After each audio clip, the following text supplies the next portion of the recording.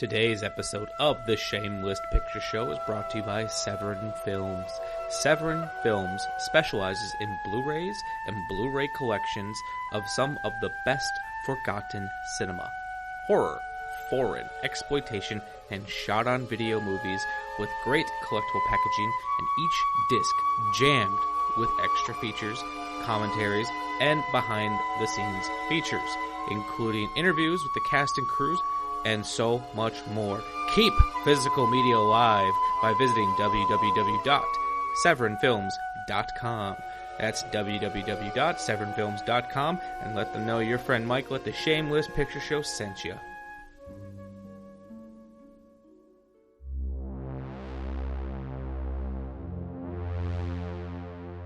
Warning! This movie podcast actually discusses movies.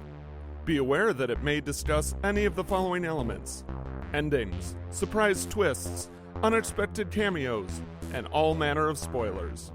If this doesn't appeal to you, then why listen to a movie podcast? Without further ado, please enjoy our feature presentation, The Shameless Picture Show.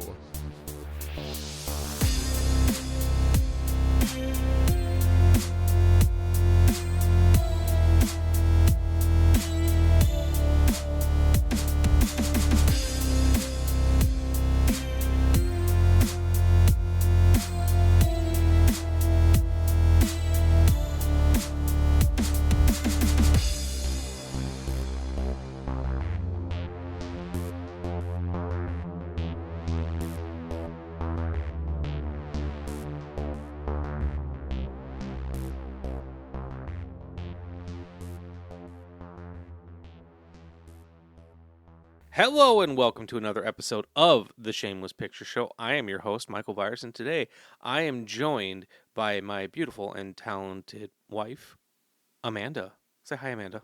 Hello. All right, so we're doing something a little bit different today. So, full disclosure, I like to be honest with you all. I've had a very weird run of guests, not panning out, canceling, having to reschedule, various things. And that is just what being a podcaster is like, and you get used to it. But, because of which I didn't have nearly as many episodes planned for October as I planned to. And me and Amanda have decided that we are going to do something different in that we're not going to do a full-on deep dive. No. We're going to do something very similar to what we do every year for the Milwaukee Film Festival. We're going to talk about a slew of movies that we watched this October. Because this October is the first time that me and Amanda have participated in Hooptober. So, I'm sure some of you might be wondering, what is Hooptober? Well, Hooptober is a movie challenge, I guess I would call it, created by a letterboxed user known as Cinemonster. He created it as a challenge, as a way to kind of curate his October watches. And he always has different criteria every year, and he does fun things to try to make sure that horror fans are expanding their palettes a little bit. And then there are a couple. There's always different rules every single year. The only continuous rule that I believe that he has every single year is that you need to watch one film from Tobe Hooper, the challenge's namesake. I've been aware of this challenge probably since I've been on Letterboxd, but I never took part in it because I've never committed to watching 31 films in October. That's a lot. But, and Amanda, feel free to jump in at any time if you have anything to add. I never really, I don't like feeling like something that I enjoy is homework. You know what I mean? Well, we also just don't committing to like one genre, even if it's as large of a genre as horror is not easy. No, like we love horror. We watch quite a bit of it throughout the year.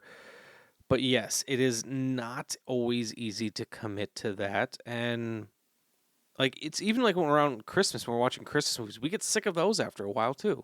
Yeah, I feel like it's less like 31. I mean, 31 is probably more than we typically hit in a month anyway.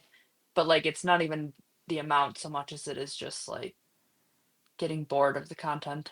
Yes, yes. And like I said, even if something as varied and interesting as the horror genre is and can be, it can become a lot. So, but we decided we're gonna give it a shot this year. And um we're going to talk to you about the challenges of Hooptober. We're going to talk to you about what the criteria is, what each film that we chose for each criteria. And then we're going to highlight a couple of them. Also, do want to give a shout out to Severin Films. Severin Films is a really cool company, and I watched one of their releases this past Hooptober, and I just want to give a shout out to the regional warrior, Matt Harding. He's always been a big supporter of this podcast. He's been on it twice now at this point. And we got to check out a really cool Severin release that we'll talk about a little bit later. It's called Kill List.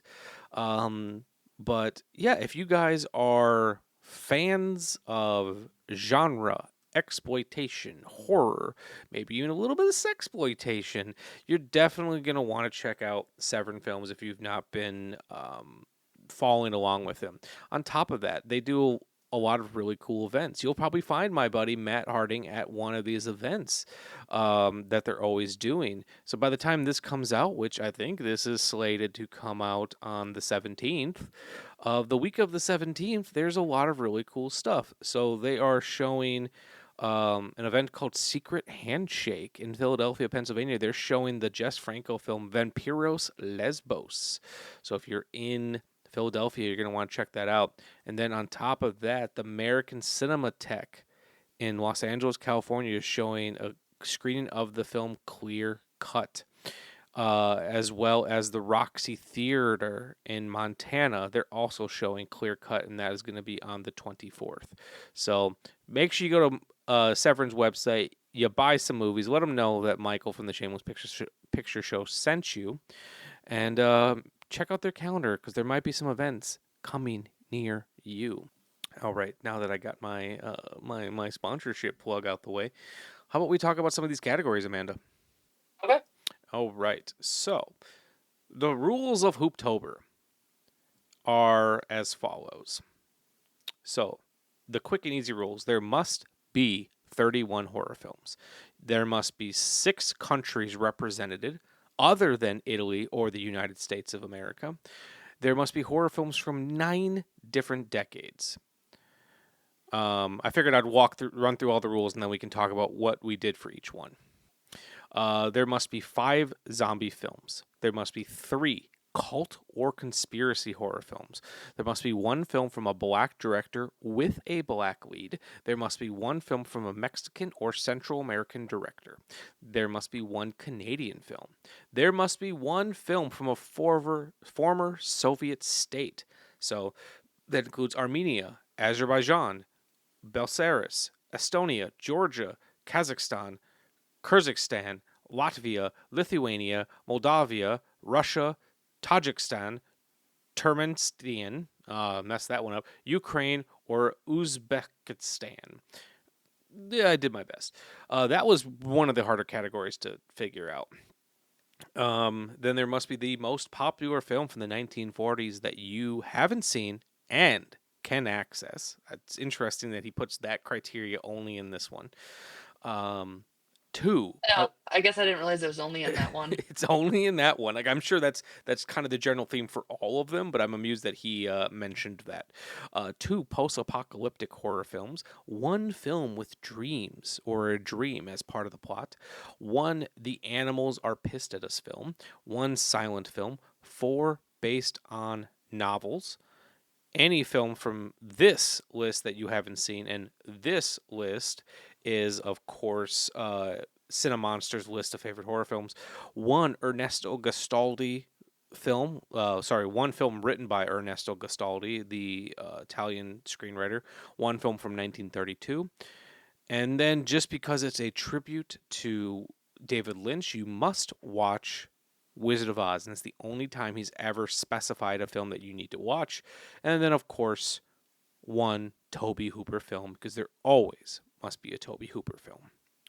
So, I figured I would list the films that we talked about, and then if you have any comments along the way.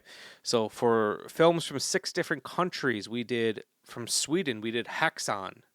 Any thoughts on Haxan?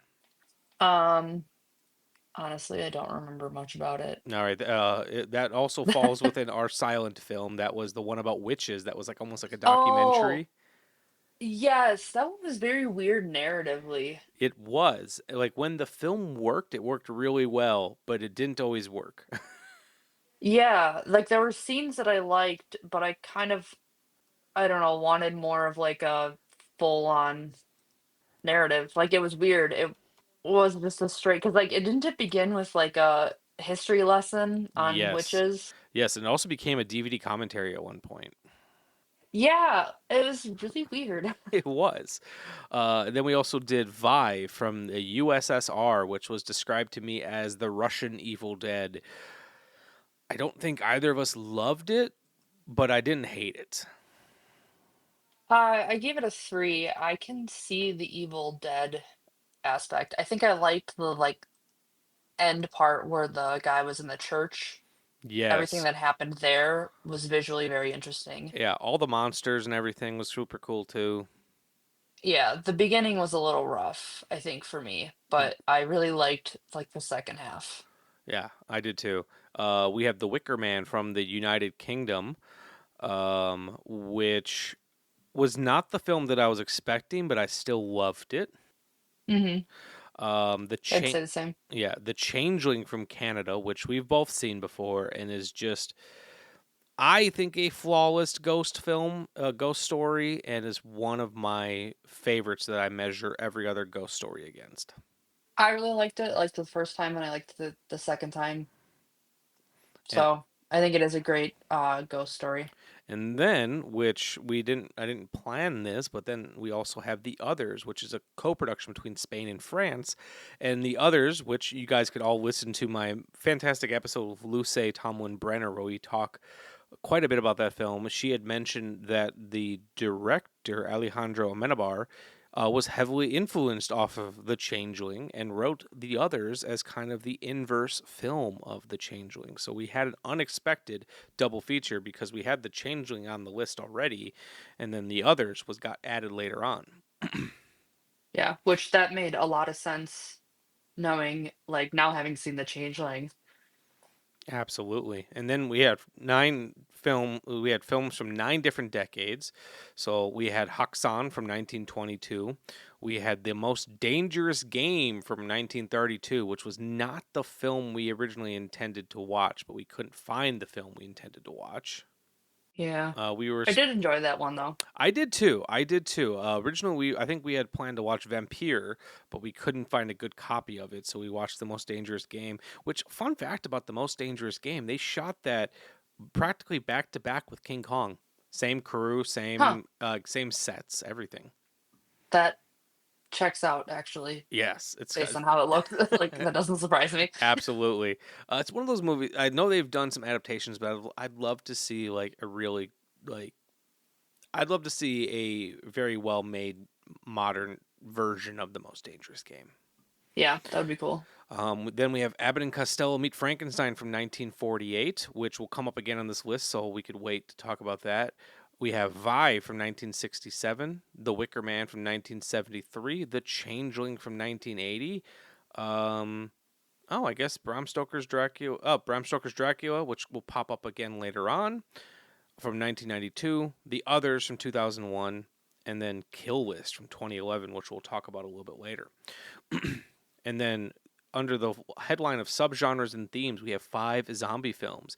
We chose The Serpent and the Rainbow, 28 Days Later, Train to Busan, 28 Years Later, and Overlord. Anything you want to talk about any of these films? Overall, I feel like I ended up liking most of these more than I thought, considering I'm not a huge, or I used to really like the zombies genre when I was in high school, but I think I got really sick of it. Uh, it just got really run down. Um, but 28 Days Later was really good. I like 28 Years Later more. The Serpent and the Rainbow was fun because it was such a different type of zombie.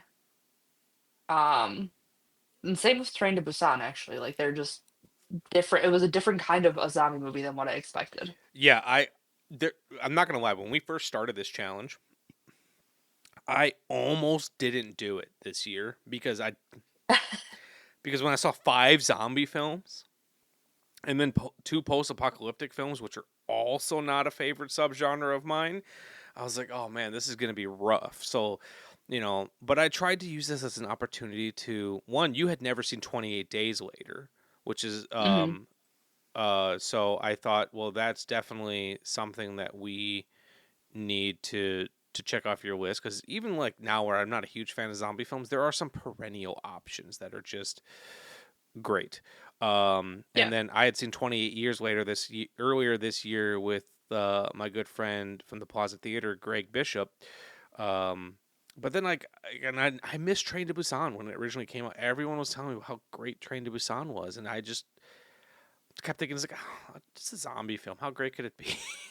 I was being It very was such dismissive. a good movie. It was, and It was everyone, such a good movie that it made me cry a lot, and I don't yes, expect to cry at zombie movies. no, heck, 2 of these movies, like Train to Busan made me cry, and 28 Years Later made me cry. Yeah, that's true. Yeah. Um, and then Serpent in the Rainbow, I just really wanted to try to work in some voodoo zombie films. I had never seen it, and I went into that movie expecting it to be, what's the word I'm looking for? Very white saviory. Yeah. And it wasn't nearly as much as I was expecting. So, Hmm. plus Bill Pullman was great. Also, forgot to mention we also watched Overlord, which Yes. was a good time. It's I guess you can kind of call it a zombie film, but Nazi zombies. Overlord is more, I think, what I was expecting all the zombie movies to be like. Yes, it is the more generic of them. Yes, but I did enjoy the setting. I think the story around it made it still an interesting movie because I did give it still a 3.5 stars.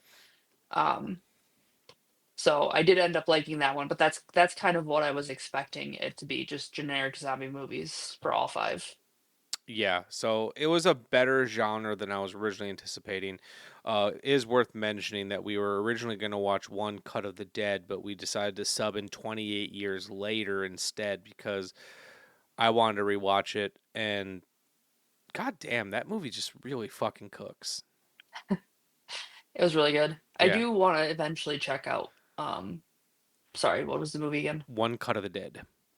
Yes, I do want to eventually revisit One Cut of the Dead. Yeah, like I would love some of the films that we cut off of this list. I would like to go back to, like, and I figured I'd fill some of those uh, discards as we go along. All right, Yeah. moving on. We have 3 cult or conspiracy films. So I don't know if I've ever told you, I do like films about cults quite a bit, especially if it's more um, like folk cults, like that folk influence. So for this, we watched The Wicker Man, Rosemary's Baby, and Kill List. So, out of these, obviously, we're going to talk about Kill List because I want to talk about this nice Severin release. Do you want to go to that, or do you want to talk about our experience with Rosemary's Baby first? We can start with Kill List first. All right. So, when I was making this list, there's as much as I like cult and conspiracy films, I realized there's some heavy hitters I hadn't seen, and my interest in cult films comes down to my fascination with folk horror films. And Kill List was a film, and actually Wicker Man was also on that list. But Kill List was a film that I had heard about for quite a while and never got around to. So I'm going to read the back of the box of this nice Severin 4K edition that recently came out, July 18th, 2025. Sorry, July 29th, 2025. So it just came out, this new 4K release.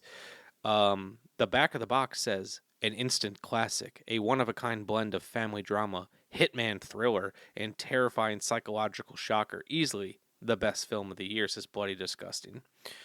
This is also the worldwide UHD premiere with 6+ hours of special features. The box says the award-winning 2011 breakthrough film from writer-director Ben Wheatley, who also did A Field in England and In the Earth, has been called dark and disturbing by Empire magazine, creepy and very funny, says the Austin Chronicle, and furious, shockingly violent, and sensational, says Time Out London. It will now blow you away like never before in UHD for the first time ever. When an on edge family man and unemployed contract killer, played by Neil Maskell of Hijack and Bull, accepts a new assignment of three separate targets, the list will drag him to the edge of madness and plunge him into the depths of hell.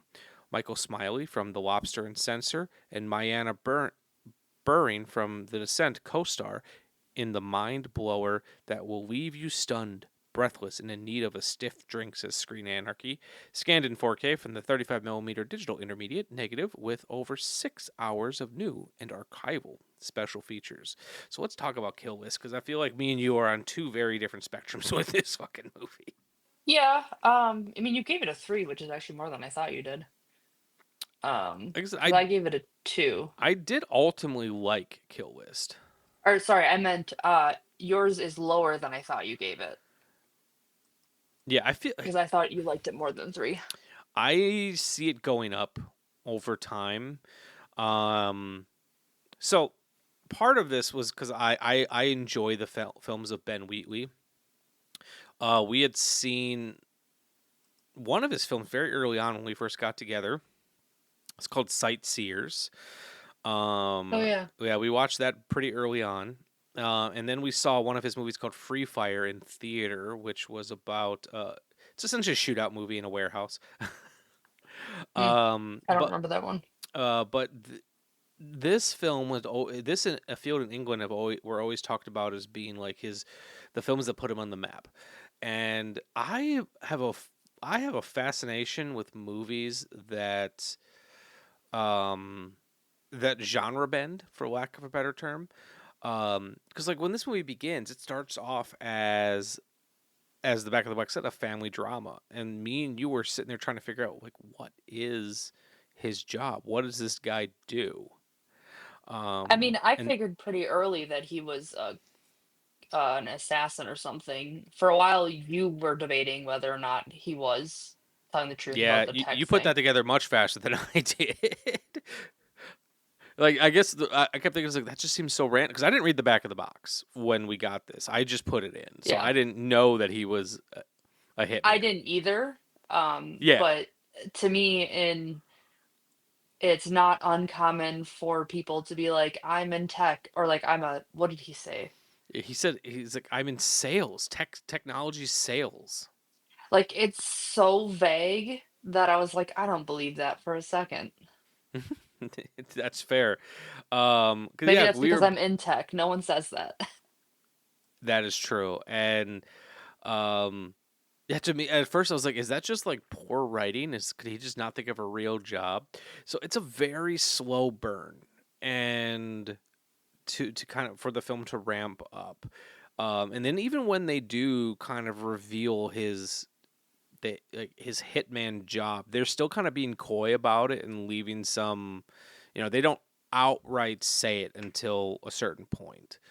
Hmm. Um, and what's interesting is from what I read about this film, Ben Wheatley, who wrote it and directed it, he described this as a cross between Get Carter, which is a very classic um, English crime thriller, with a H.P. Lovecraft story.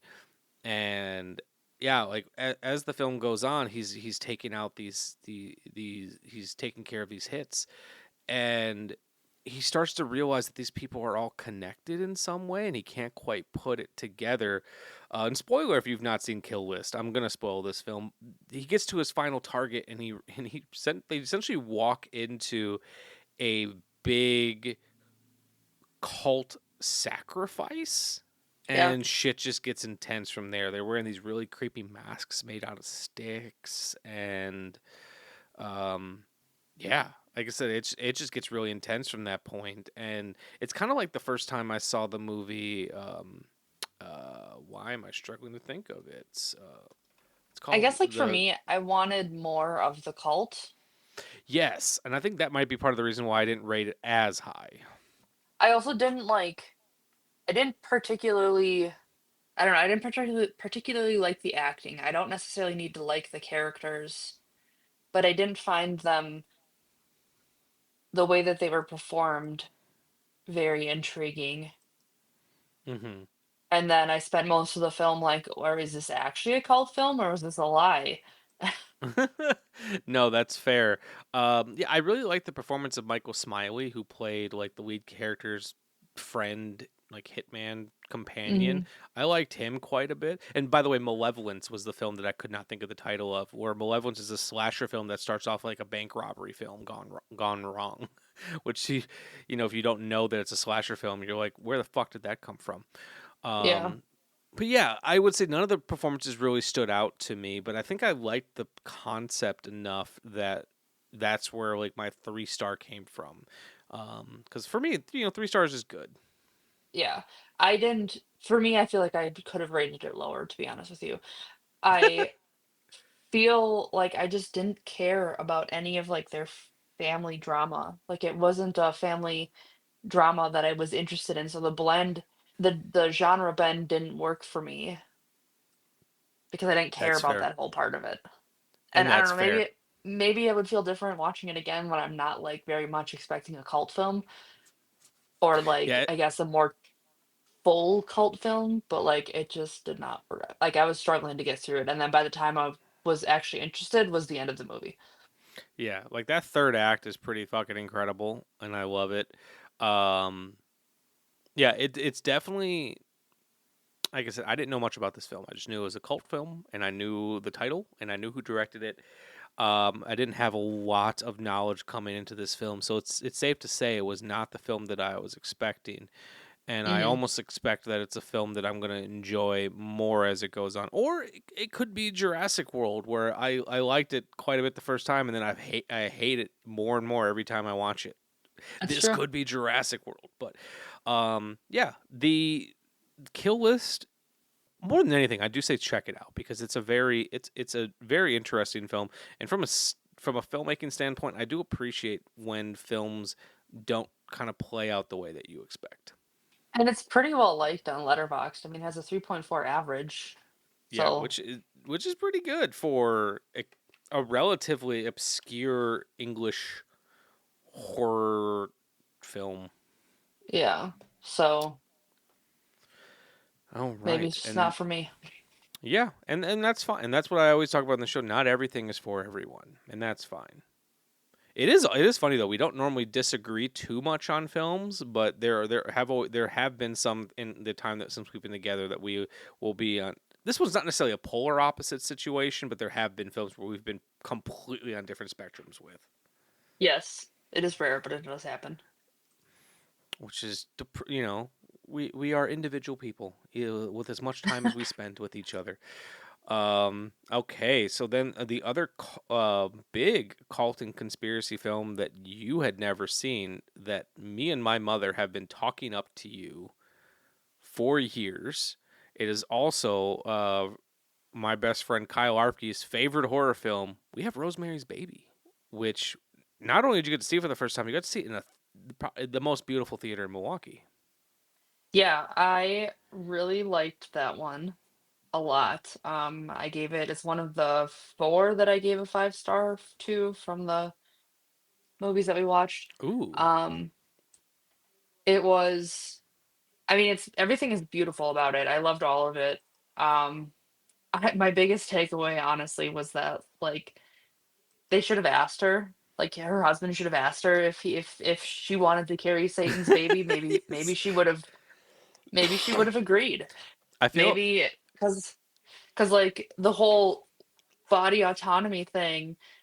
I mean, if she would have agreed, then it's not like a violation of her, individual rights. Maybe she would have been into it. Maybe she would have been like, yeah, I can do this for money and fame. I almost feel like But she didn't get a chance. we should make a short film that is the alternate cut of Rosemary's Baby, where guy is just like, I got this offer and it's kind of weird, but what do you think? And she's like, yeah, let's do it. Honestly, yeah. I think that'd be really Because like funny. in the end, I was like more mad at him than I was at even the cult people. Yeah. Like they were weird, don't get me wrong, and like shitty for not, but like the fact that he agreed for her was like you were supposed to be on her side. I hope in the end she divorced him out of principle, even if she decides to raise the baby. I hope she divorced him on principle. God, I love all the performances in this movie. Like Mia Farrow is just transcendent in this fucking movie, and I'm so glad she put her foot down again to her husband Frank Sinatra, because Frank Sinatra wanted her to be in his movie that he was working on, and she wanted to do Rosemary's Baby so bad that he threatened to divorce her, and she goes, "I don't care, I want to do Rosemary's Damn, Baby." Um, and good then for her. exactly. And then John Cassavetes, who plays her husband Guy Woodhouse, he is such a slimy prick in this movie. And he's just I hated him from the fucking first, and I didn't even know why I hated him, but I was like, I don't trust this guy for a second. like I love that actor so much and he's so good in everything, even when he's playing a piece of shit. Like just the little things he's doing. Like I love that scene when Rosemary walks in to their weird little cult dinner party, and he catches wind of her, and he like stands up slightly and then sits back down and fixes his hair, and it's just like, oh, this dude was fucking caught, and he's stuck in between like three different motions and doesn't know what to do. It was fantastic. Um, Fantastic. I also like I we talked about it when we watched it, but her haircut was so out of nowhere. Um, Absolutely. like she just like I don't know, it makes me wonder if the actress had to cut her hair for some reason or wanted to, or because it was like so random, he insults her about it. Unless it was just to prove how awful he was, in which case I was already in line with how awful he was. I did, you know what I mean? Yeah, yeah, like it doesn't ever feel like a plot point. She just shows up one day with shorter hair. Like we don't see it happen. It's Yeah, you're never too sure why it happened. And yeah, it's such a funny little detail. It's all and it like is. Rosemary's Baby is also a complicated film because it is a movie about women's bodily autonomy made by a terrible person. And that's tough. Yeah, it is tough, but I don't know. It's like how can you make a movie that's so much about bodily autonomy and then miss the point of your own movie? Yeah, and be a sex pest and a, person that once Yeah, when he essentially fled the country when they knew that they were coming after him. Yeah. so fucked up. Yeah, terrible fucking person, but to not watch this film would be to then diminish everything that Mia Farrow did for this role, and she's fucking too great to ignore. So that's I love the trend on Letterboxd where there's people be like, "Huh, I've never seen a movie with no director before." There's just a trend of people being like, "This is the first ever movie I've ever seen that doesn't have a director on it." That's hilarious. I So love they're that. like, I love that they're trying to reclaim Rosemary's Baby. It's so good. All right. Shall we continue on? Yep. All right. So then we had to do two post-apocalyptic films. Nice thing about Hooptober is you can have one film count in multiple categories. So we put 28 Days Later in there as well. Our goal was to fill the categories, but then also make sure we had room for movies that we wanted to watch. Because Mm, if we had to watch 31 horror films, we wanted to have some stuff in there that we chose that's not necessarily part of this. So we tried to do as much as we can where films would fit into multiple categories. So 28 Days Later, and then we also watched It Comes at Night, which I'm still very like on the fence about. I wanted to like it. I remember Yes. we saw a trailer for it a couple times when it was coming out. Yep. I They did a great job of building suspense, but the conclusion that there is nothing that comes and it's just about like fear and stress and paranoia was such a letdown when I very much wanted a monster to come at night. Yeah, like as I said in my Letterboxd review, this movie's really fucking dour. It's got some great suspension, tension. It's got great dread, but nothing fucking comes at night. Like it is an Yeah. allegory. And Like I get it. and I get that, but I feel like there still could have been a monster. The monster still could have stood for, Yeah, like you know, paranoia and what we do to people. Like it still could have been, we didn't it didn't have to be such like an allegory that the it nothing comes. yeah, I like don't know. That just was such a letdown. I didn't even need to see like a ton of a monster. yeah, It could have just been a little bit like, I mean, I feel like Quiet Place does a pretty good job of not showing like the full monster for most of the movie, yep. but like you're building the suspense and then something does come and even if we don't fully see it, it's like, oh shit, there's something here. Um and I just that's what I wanted out of this one. No, absolutely. And like honestly, like, I think a better version of this story. Do you remember that movie After Midnight that we watched? It was made by Jeremy Gardner, who did The Battery. It's the movie about him living in this old abandoned house, and it's uh, and he's dealing with like heartbreak after his girlfriend left him, and every night he's battling a monster.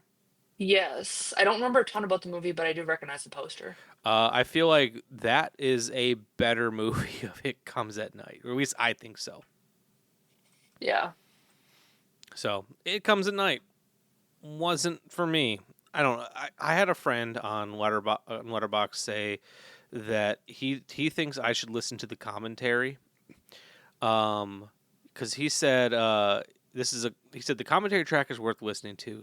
The director speaks to it very well, and there's a fantastic bit of writing where when the family is trying to leave the house after their son gets sick, that is very powerful and easy to miss. But he said he thinks that the one sheet for the poster is very misleading because it makes it feel like a creature feature. So I don't know. I'm not saying I'll never watch it Yeah. again. It's just not high on my list. Yeah. All right. And then we have one film with dreams or a dream as part of the plot. And originally we're in tribute to David Lynch, we're going to do Mulholland Drive because it is two types of dreams. It is dream logic, but then it's also about the dream of success. And we decided to swap that out because Freddy's Dead: The Final Nightmare was playing theatrically. And when the fuck are we ever going to get to see that weird movie on a big screen with the director? That was an interesting one. Um, I feel like it was fun, but it was a little too goofy, I think, for what I wanted out of a slasher film. Yeah. And listening to um Rachel Talalay talk about it, like I get the reason she got to that point. You know, she talked quite a Yes. bit about like at the point that they made this film, Freddy was this was the logical progression of where she thought Freddy Krueger was going. And you know, Well, and it wasn't even it wasn't even necessarily like largely her decision. A lot of it, it sounded like was the studio said, "This is what you're gonna make." yes, absolutely. And you know, she had worked on not Nightmare on Elm Street, yeah, Nightmare on Elm Street Part 3. She was a producer on Part 4. She had also worked with John Waters on both Hairspray and Crybaby, and finding that out, there is definitely some John Waters esque things going on in this film. She Yeah. also made Tank Girl. Um, and she said she was heavily inspired by Twin Peaks when she made it. And after she mentioned that, it's like so much was clicking. I'm like, okay, I can definitely see this. And I've always been an apologist for Freddy's Dead, even though I know it's not the strongest of the franchise. I just happen to enjoy That's it. fair. Um, and also shout out to Rachel Talalay. Like I got to talk to her very briefly in the back room of Von Trier's in Milwaukee, which was a very interesting night. I love that she made Tank Girl, she made Freddy's Dead, but then like she just kind of like pieced out to England and was directing Doctor Who and episodes of Sherlock. Like Yeah. good for her. She directed The Star Beast, which is probably one of the earlier Doctor Who episodes you got to see before Trudy took Hmm. over. So that's awesome. All right. Then we have one, the Animals Are Pissed Off at Us films. Originally, we were going to talk about Day of the Animal, and then we were walking around not half priced books, no, Mega Media Exchange. And we were looking at movies. And Amanda, tell us how you discovered the movie that we watched. I mean, honestly, I just looked over and if you look up the poster, it was there on the shelf, and with a name like Hell's Kitty, I couldn't not pick it up. Hell's Kitty is the movie we watched, and this was a fucking experience. Let me tell you, I will say some of the best.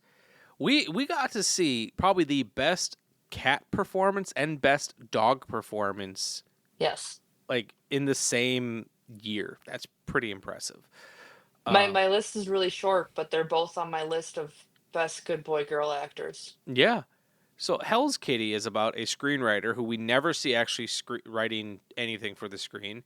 Uh, finds out that his cat is trying to kill him and it might be possessed by a demonic spirit. And what we find out with this, what I found out after the fact is Hell's Kitty was originally a web series that the writer and star and director Nicholas Tana was making. And he essentially would just get enough money together to put something together and hire whatever fucking horror movie actor he could afford that week and just did a web series. And then he just put them all together into a movie, which is why the structure is fucking gonzo in this movie. Yes, it is very weird. It made a lot of sense when you read that for why it is how it is. Um, but the concept is just so goofy, and I mean, I really had a lot of fun with it. Yeah, like any movie that has a character saying the line "This pussy's possessed" is magical. Like this is not a good movie, but this is a really fucking fun movie. Hmm. Like this is a movie. I This is mean, oh, continue. I was gonna say, I mean, how many movies out there are where they're trying to get their cat exercised? Exactly, exactly. This is the type of movie that I want to like. I want to invite. If people were like, "Oh, what's Hell's Kitty?" It's like, "Oh, you've not heard of Hell's Kitty? We're gonna watch Hell's Kitty tonight." Like It's our newest Frostbiter. frost frostbiter. Yes. Like this is just the movie that you have to experience. Like I want to get my buddy Ryan over here and Yes. have him watch Hell's Kitty with us cuz I think he would. I don't know how Ryan's going to feel about it cuz he's the most chaotic reviewer I know and that's what I love about him. But yeah, Hell's Kitty is the longest 98 minutes because the structure is so Yes. goofy, but I still liked it. I don't know. What a weird movie. Yeah. All right. Anything else to add for Hell's Kitty before we move on?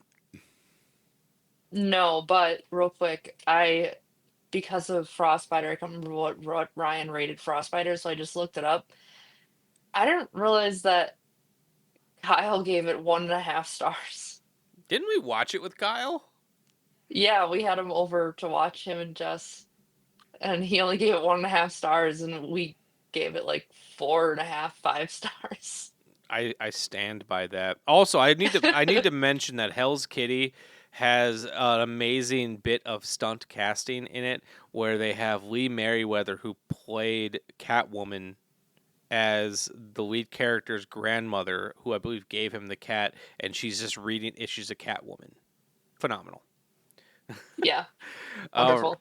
all right, moving on to representation and regional specific. So we had to have one film from a black director with a black lead, and we chose Tales from the Hood. What an experience!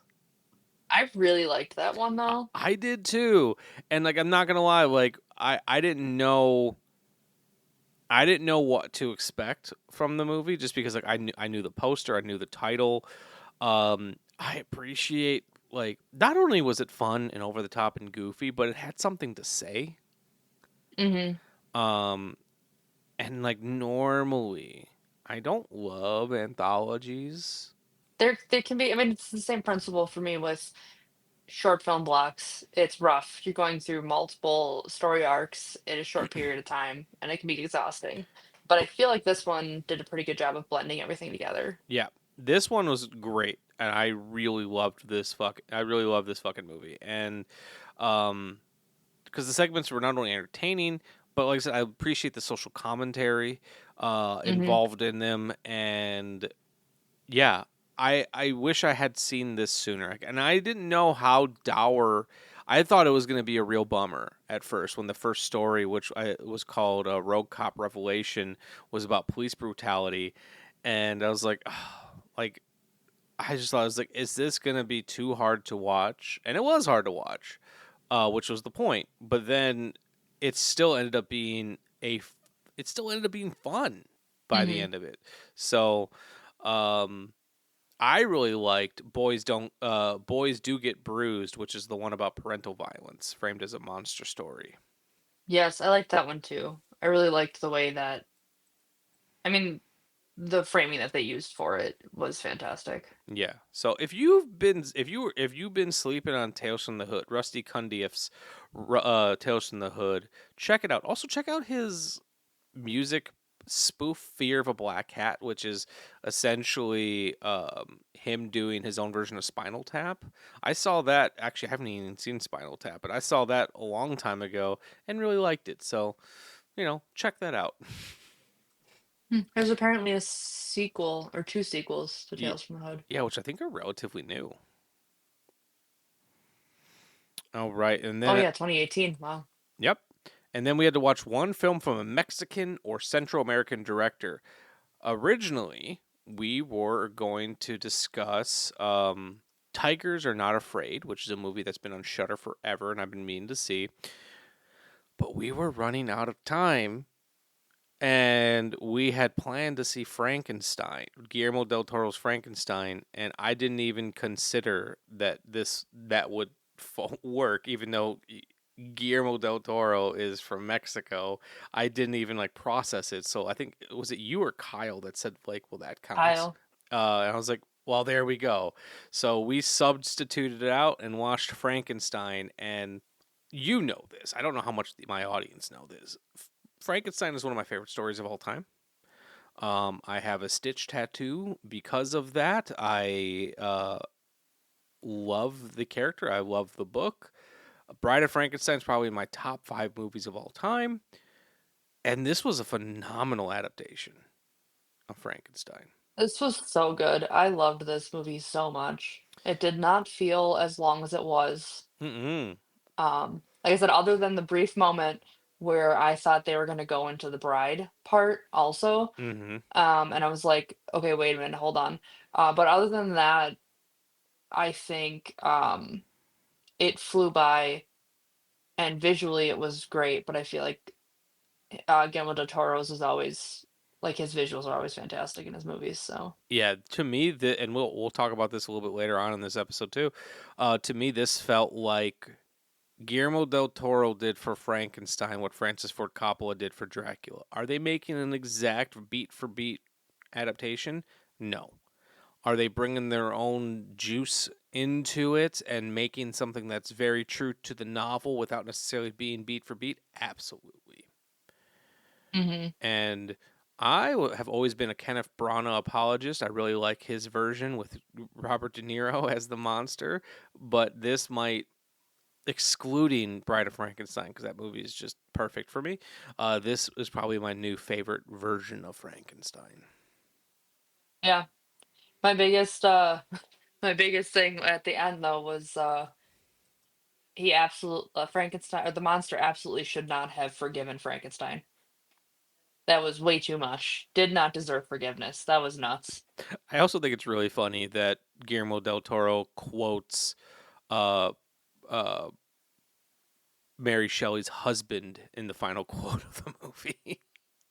Oh, did he? Yeah. God, what was his name? Percy Shelley. Duh. How did I forget that? Yeah. He puts one of his quotes at the final frame of the movie, which Oh, I just think is funny. What a choice. that is a weird choice. I guess not as bad as I don't remember which adaptation it was, but I saw an image from an older one where um it's credited as based on the story by Mrs. Percy Shelley or whatever. Oh, that was from. It was one of the original adaptations. It was either Frankenstein or Bride of Frankenstein. Yeah, that's really bad. Like, she doesn't even get her name on there. Nope, not at all. All right. Then from there, we have one Canadian film where we have The Changeling, which we've already talked about. We have one film from a former Soviet state, and we did Vi, which we already talked about. Most popular film of the 1940s you haven't seen and can access. This is shocking even to me. With my love for Frankenstein, I had never seen Abbott and Costello meet Frankenstein. So that's what we watched. And that movie's still really funny. Yeah, it was great. It was a Like lot of fun. the sequence where um, Lou Costello was like when both of them are like packing up the castle and Dracula keeps coming in and out of the coffin and only Costello can see it is Yeah. was so fucking funny. And what I think works so well about this movie, and it reminds me a lot of why I love Monster Squad, is that the monsters are never the joke. They're not Hmm. making light of the monsters. They're still horrifying creatures, at least in the context of the 1940s. Um, Yeah. very much like Monster Squad. Monster Squad still has scary monsters, and I think that's Hmm. why this movie is so well loved from so many people. Yeah, that makes sense. All right, and then we had one silent film, and we watched Hexon. Four films based on novels. We for this we did Sleepy Hollow was one of them, which Sleepy Hollow is based on The Legend of Sleepy Hollow by Washington Irving. You had seen this before, right? Yes. I I feel like we either watched it or I watched it maybe before I met you, but I have seen it. I love this movie so fucking much. I love the atmosphere. I love the look of it. I love Christopher Walken as the fucking monster, just looking like a fucking Yes. creep. Um, It always, both times I watched it, I'm surprised. Even though like I knew it was gonna be him, it surprises me that it's him.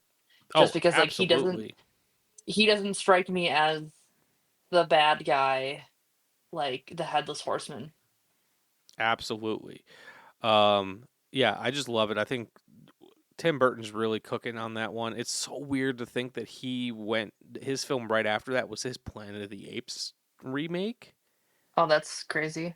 His career is so strange because he'll have like a really big high because like Sleepy Hollow was a hit, and Sleepy Hollow was also weird because Johnny Depp.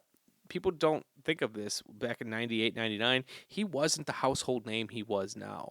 He had been acting Hmm. for quite a while and was in some reasonably successful projects, but was not considered a leading man.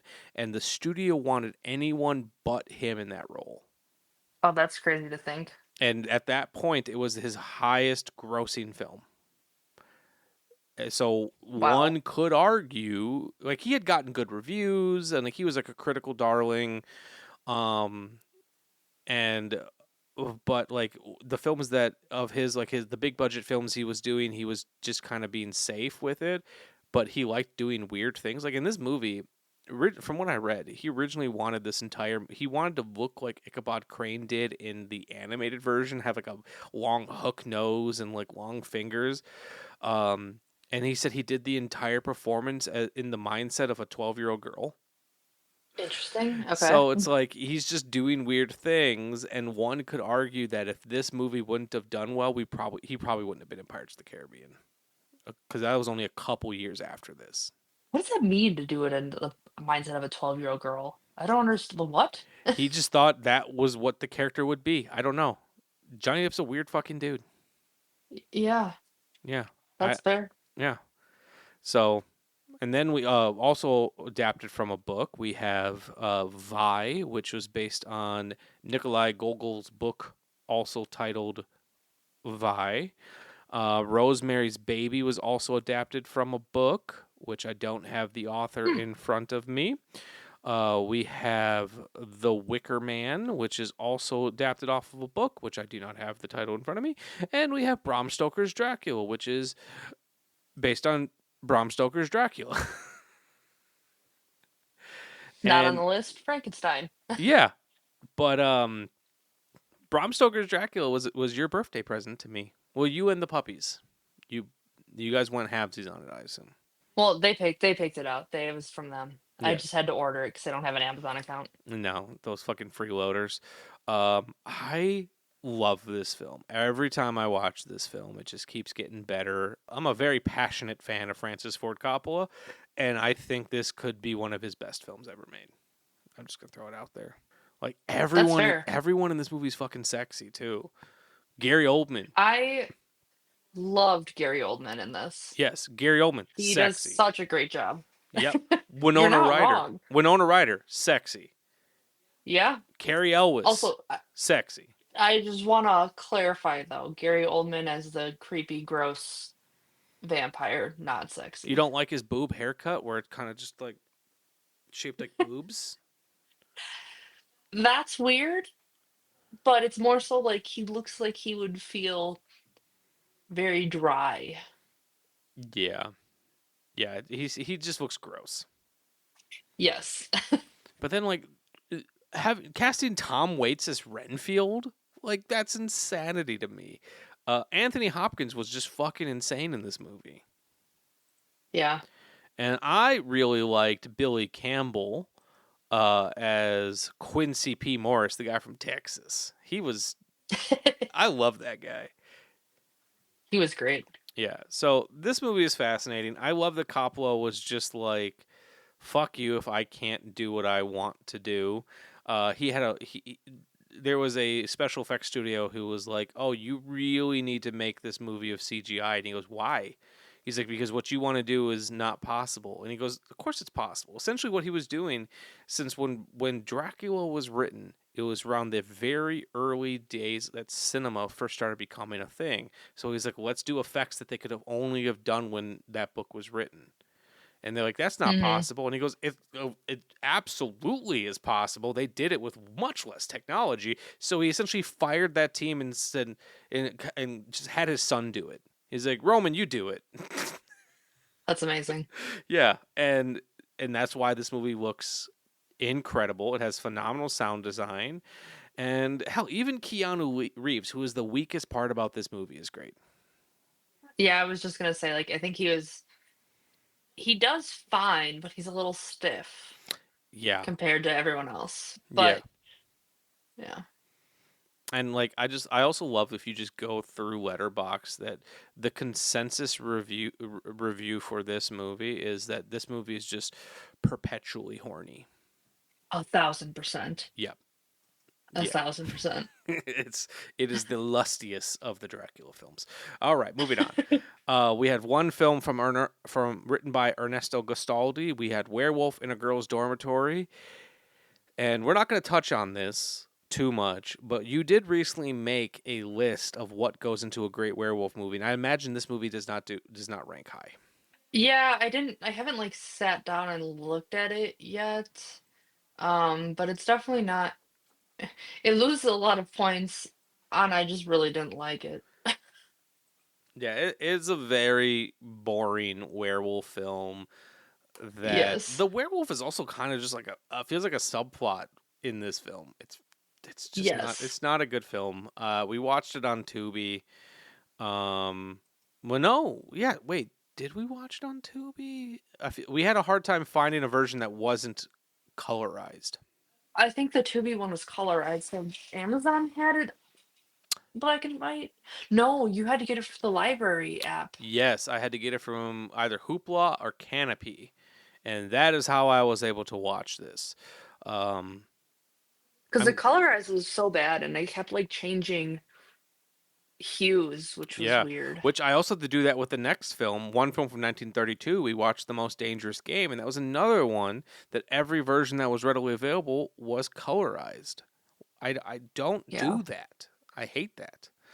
Um, I just like it's never done well. no, Like if you're gonna colorize it, I don't know how it would be done, but like make it look better. Otherwise, I just want to watch it in black and white. yeah, like, and I would prefer to watch it in black and white, but like, yeah, if you're gonna do this, do it well. Which Yeah, I don't think there really is a good way to do it well. At least probably not. So I'd rather they just not, Yeah. All right. So this or at least keep both available. exactly that is my preferred way. Just let both versions be available. All right. So the next film is not one we've technically watched yet. We're cheating a little bit. The next one is The Wizard of Oz, which we didn't watch because we're watching it this we're well by the time this episode comes out we would have watched it. But we got the opportunity to see it with a live orchestra. And I feel like David Lynch would want us to see it with a live orchestra. I feel like he would. So we pushed that one off, knowing that we were going to watch it a week after Halloween, so we could see it with a live orchestra. We're going to take my mom. The Milwaukee Symphony Orchestra is going to crush it. It's going to be a good time. So Yep. we don't have much to say about that. But we did just watch Wicked, so that's kind of fun. Kind of I guess we And kind I of mean, watched like, the prequel. we've both watched Wizard of Oz many times through our lives. Yep. So, I mean, I know I love it. I'm not really worried about my opinion changing. Absolutely. Next one, since it's mandatory every year to watch a Hooper film, I wanted to watch one that I have not seen, so I chose The Fun House. Pay to get in, pray to get out. It is a movie about teens who go to a trashy carnival that rolls into town, and they think it's going to be fun if they spend the night in the Funhouse horror ride, and they're just gonna fuck in the horror ride. But then they witness a murder by one of the carnies, and they get stuck there, and um, it kind of feels like the Rosetta Stone for everything that Rob Zombie would do with his career in a way. Yeah, I could see that. I liked it quite a bit, though I'm not gonna lie. All the posters for this movie promise me a fucking murdering clown, and I don't get it. You're not wrong. Like every It really poster does. is a murdering clown. And do we get a murdering Yeah. clown? No, we get a person in a Frankenstein mask. And it's not the same. Like I I personally like the trope of the murderous clown.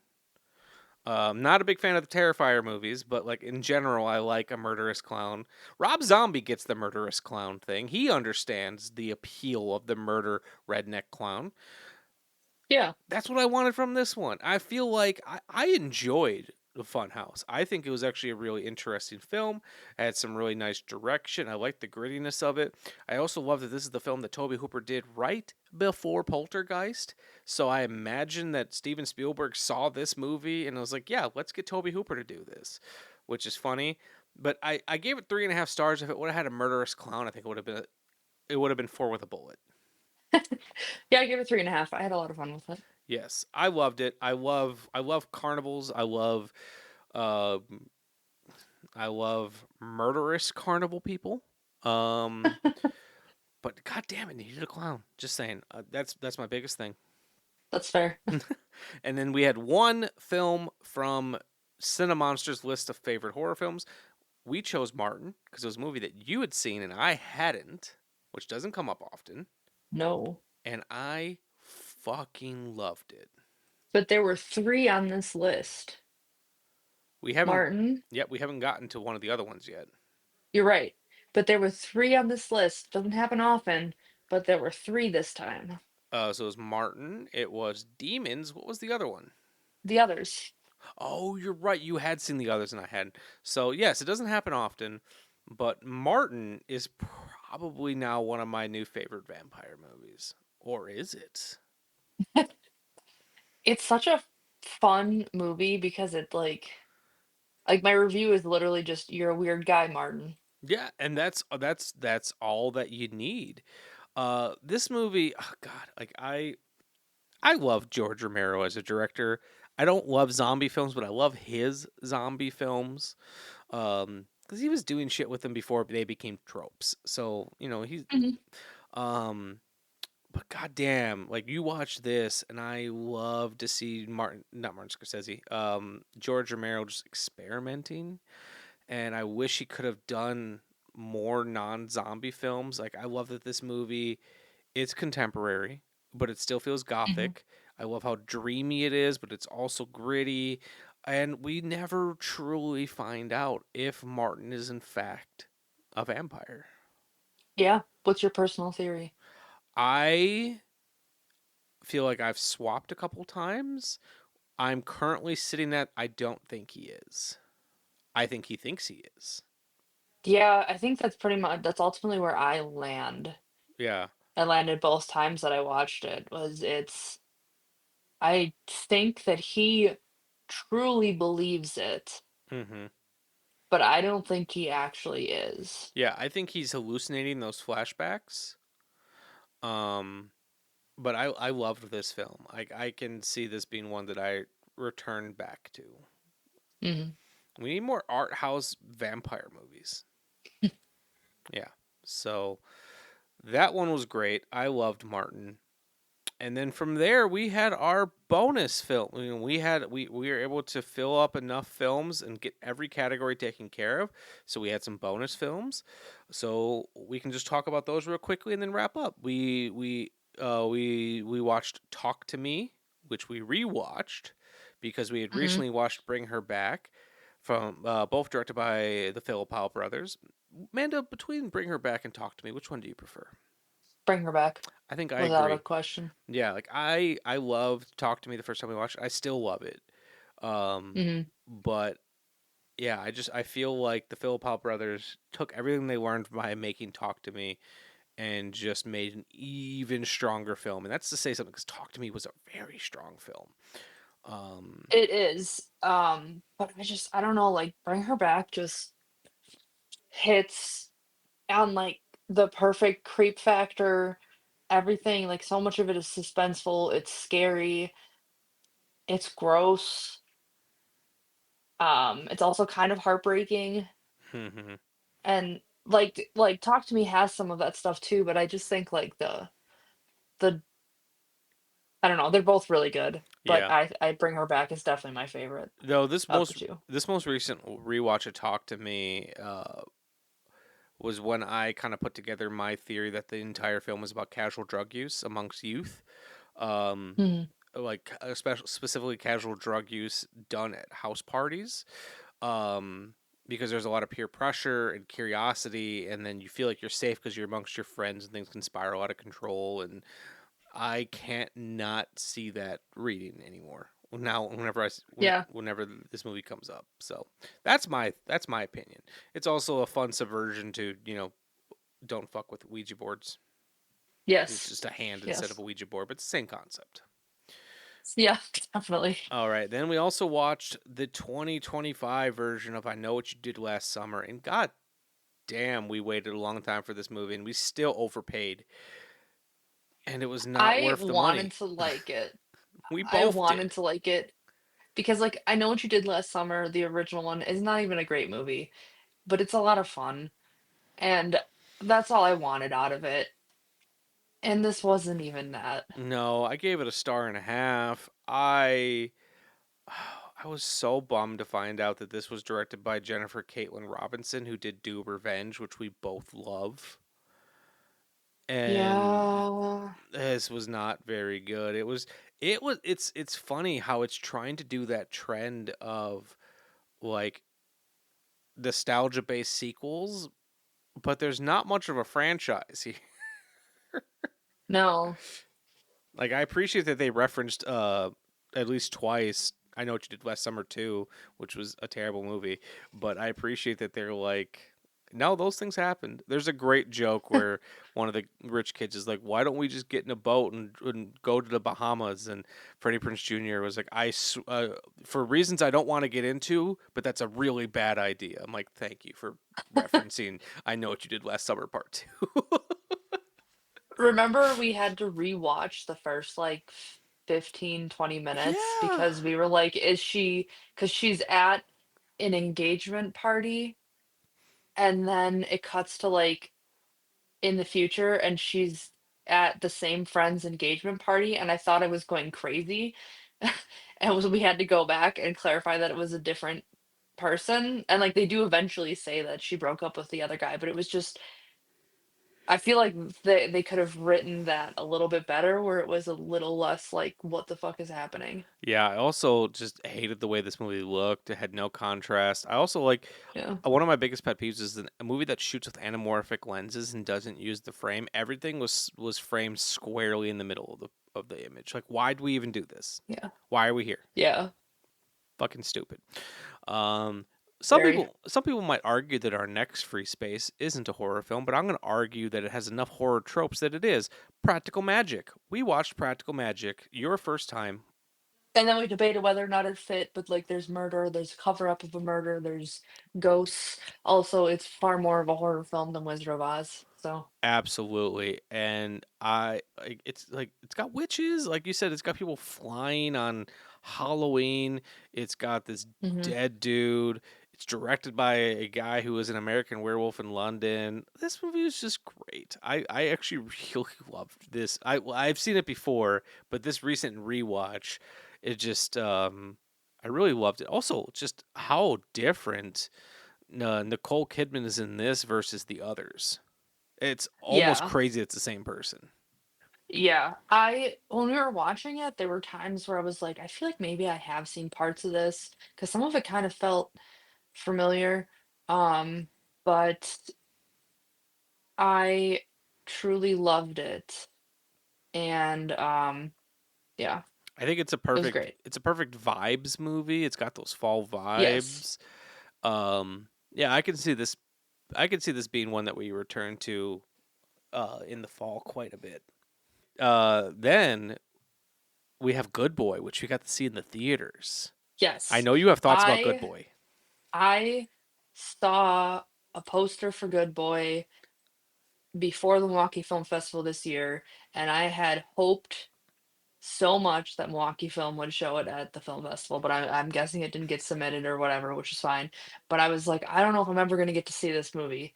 And then it got a wide release, and that made my whole year better.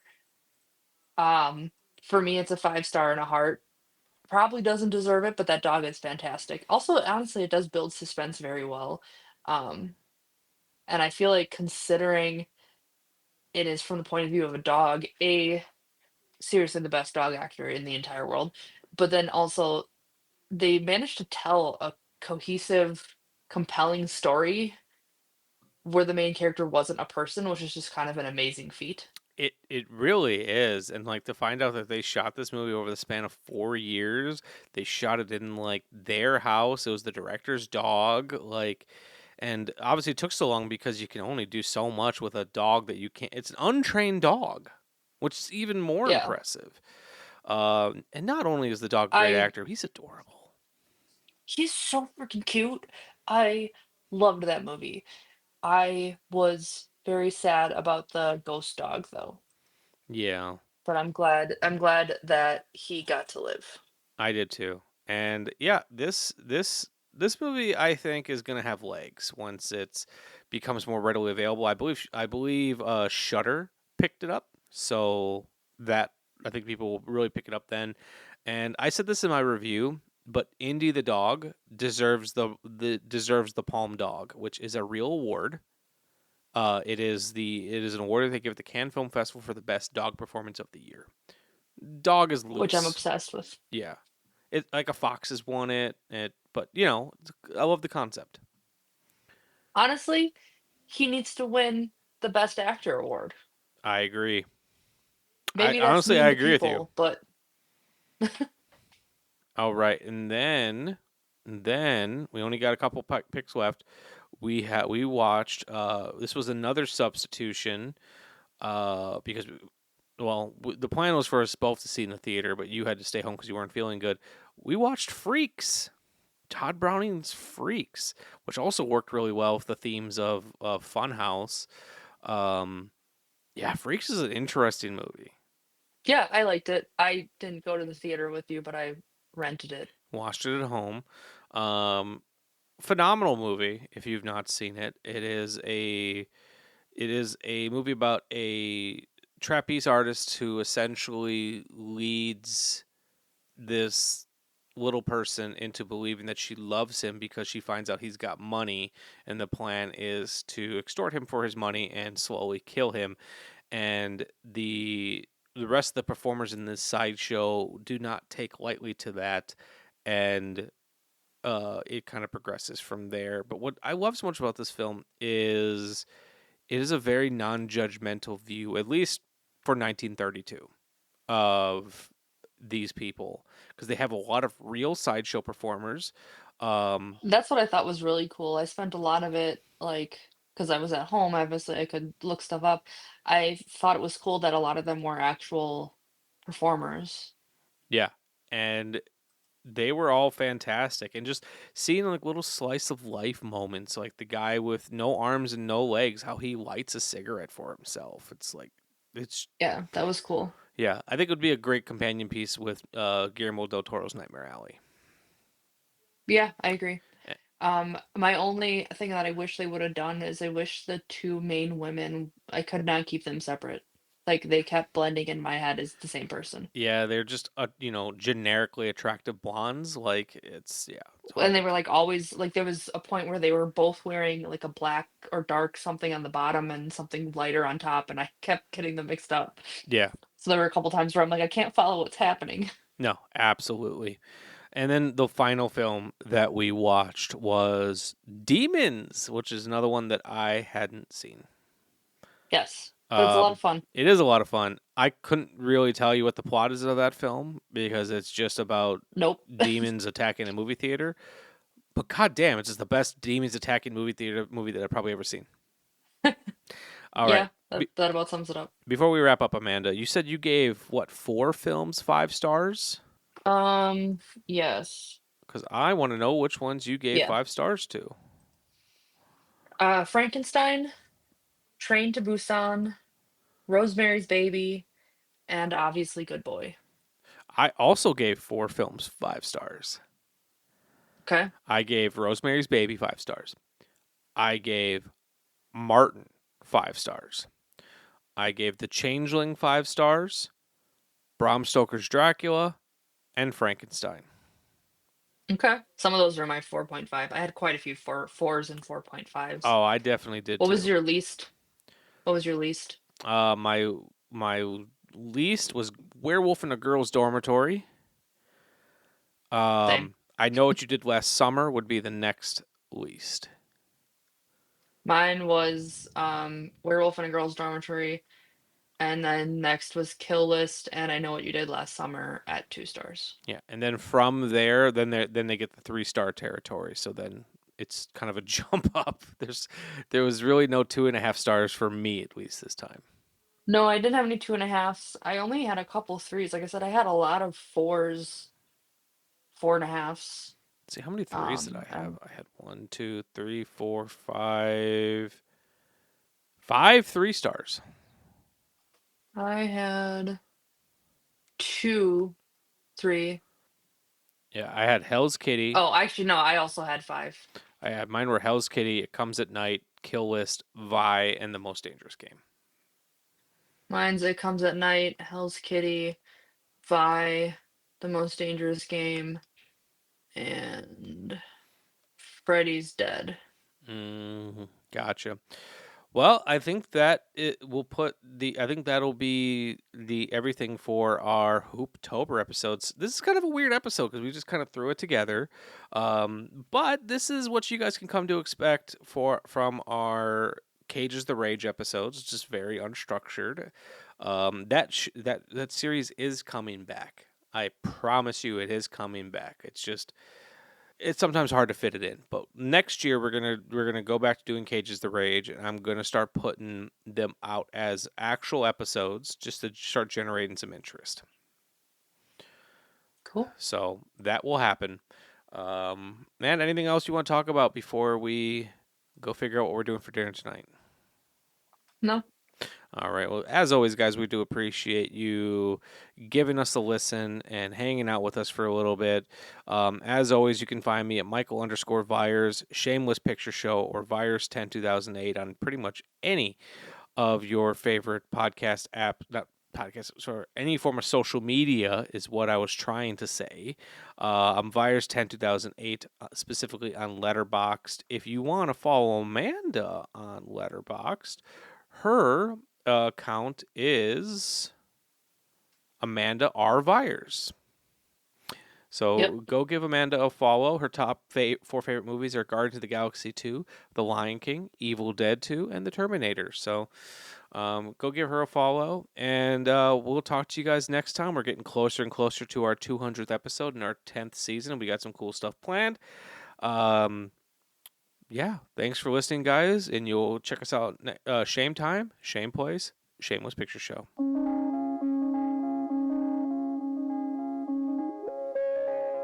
The Shameless Picture Show is a proud member of the Cinepunks Podcast Network. The show is recorded in Milwaukee, Wisconsin, and is hosted and produced by Michael Viers. The show is created by Michael Viers and Nick Richards. The Shameless Picture Show is edited by Austin Proctor of the Frightmares Podcast. Amanda Viers is the show's graphic designer and a big help behind the scenes. Our theme music was composed by Austin Proctor with narration by Nick Richards. The end credit music you're currently enjoying was generously provided to us by the band 10 Speed. And an extra special thank you to all our Patreon supporters and to our generous sponsors. You can find us on Apple Podcasts, Spotify, Amazon Music, Audible, iHeartRadio, and directly at Cinepunks.com.